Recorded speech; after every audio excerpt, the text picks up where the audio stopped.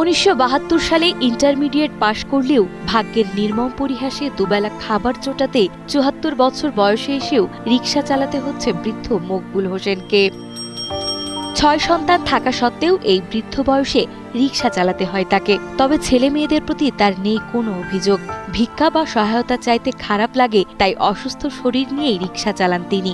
এখন অভাবে আছি তো, গাড়িতে চালাই আর কি কোনো বাসি। আমরা বুঝ হওয়ার পর থেকেই দেখতেছি ওই লোক এইভাবে পাওয়ার রিক্সা চালাচ্ছে, ওনার ভাড়ারও কোনো বাজেট নাই। আমরা খুশি হয়ে যা দেই তাই উনি রাখি দেয়, এইভাবে উনি চলতেছে। উনি অনেক আগের এসএসসি পাস একজন মানুষ, তারপরে উনি এই পাওয়ার রিক্সা চালায় খাইতেছে এখানে। তো এইরকম মানুষ আমরা অনেক কম দেখি। বয়সের ভারে পা কাঁপে, শরীর ক্লান্ত হয়ে পড়ে, তবুও প্যাডেল মারতেই হয় গাইবান্ধা জেলার ফুলছড়ি উপজেলার কালীরবাজার এলাকার বৃদ্ধ মকবুল হোসেনকে। ৮০ দশকে ব্রহ্মপুত্রের ভয়াল ভাঙন কেড়ে নেয় ঘর, জমি আর নিশ্চিত ভবিষ্যৎ। সব হারিয়ে পরিবার নিয়ে আশ্রয় নেন ফুলছড়ির উদাখালী ইউনিয়নের পূর্ব ছালুয়া গ্রামে। পরিবারের মুখে হাসি ফোটাতে সেখান থেকেই শুরু হয় তার সংগ্রামী জীবন। দিনের বেলায় ব্যাটারি চালিত অটোরিকশার দাপটে যাত্রী মেলে না, তাই সন্ধ্যা নামলেই এই বৃদ্ধ বয়সে রাস্তায় নামেন মকবুল হোসেন। ৬ সন্তানের জনক হলেও ছেলেরা জীবিকার তাগিদে থাকেন বাইরে। ২ বছর আগে প্যারালাইসে আক্রান্ত স্ত্রী থাকেন বড় মেয়ের বাড়িতে।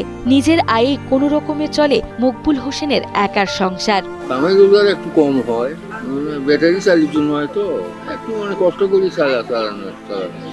চালাই তো রাতের বেলায় ২-৩ ঘন্টা, সারাদিন বাড়িতে থাকি, চলে কষ্ট হয় একটু।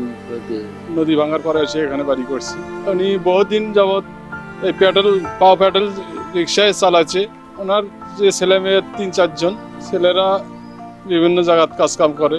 ওনার শারীরিক অবস্থাও এখন খুব একটা বেশি ভালো না, দিন চলে না, এইরকম অবস্থায় এখন যাচ্ছে। আর উনি যে এটা তোমার শিক্ষিত লোক, এটা বলার মতো ভাষাই নেই আমাদের। খুবই ভালো মনের মানুষ।